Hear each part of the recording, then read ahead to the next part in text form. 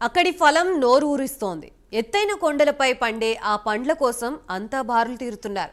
దీంతో మార్కెట్లన్నీ కిటకిటలాడుతున్నాయి. ఇతర ప్రాంతాలకి సైతం రవాణా అవుతోంది. ఇంతకీ ఆ ప్రాంతం ఎక్కడ ఉంది? ఆ స్టోరీ ఏంటో చూద్దాం.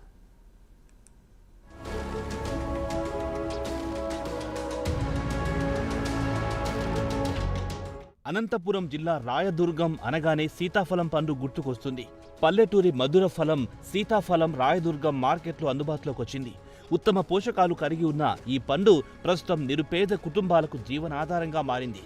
ఎలాంటి ఎరువులు లేకుండా కేవలం ప్రకృతి వల్లే సీతాఫలం పండుతోంది.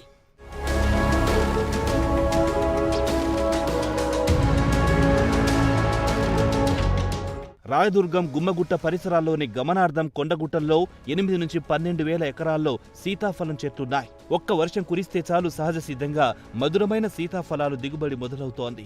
ఈసారి ఆశించిన మేర వర్షాలు పడడంతో గతేడాది కంటే ప్రస్తుతం రాబడి పెరిగింది. పైతోట, గొల్లపల్లి, గలగల, సిరిగెదొడ్డి, చెరువుదొడ్డి, అడుగుప్ప, 75 వీరాపురం, మల్లాపురం ప్రాంతాల్లో సీతాఫలం లభిస్తోంది. వందలాది కుటుంబాలు కొండల నుంచి సీతాఫలాలను గుంపులుగా తీసుకొచ్చి పట్టణాలు, గ్రామాల్లో విక్రయిస్తున్నారు. గత వారం రోజులుగా మార్కెట్లోకి భారీగా సీతాఫలం పండ్లొస్తున్నాయి.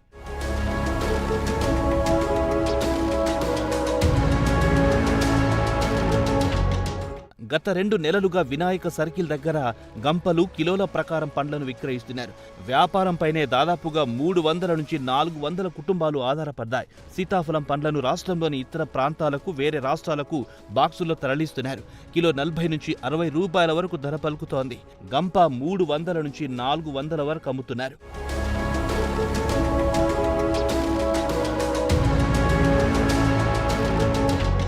పండ్ల దిగుబడిపై స్థానికులు హర్షం వ్యక్తం చేస్తున్నారు. ఈ ఏడాది పండ్ల అమ్మకం బాగుందంటున్నారు స్థానికులు. చేతి నిండా పనితో పాటు డబ్బు కూడా వస్తుందంటున్నారు.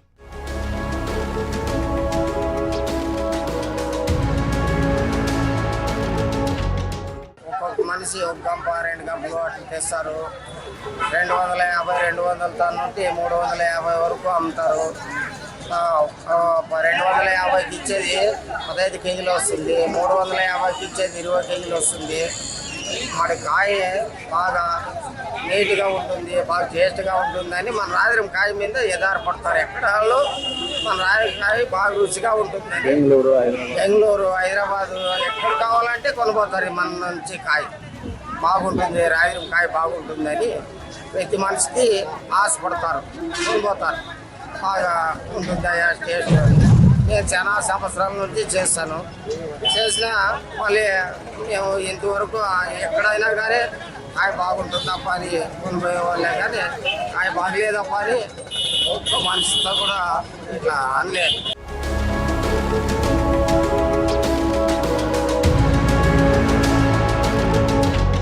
సీతాఫలం పండ్లను తింటే ఆరోగ్యానికి ఎంతో మంచిదంటున్నారు వైద్యులు. వీటి వల్ల మంచి విటమిన్లు దొరుకుతాయంటున్నారు.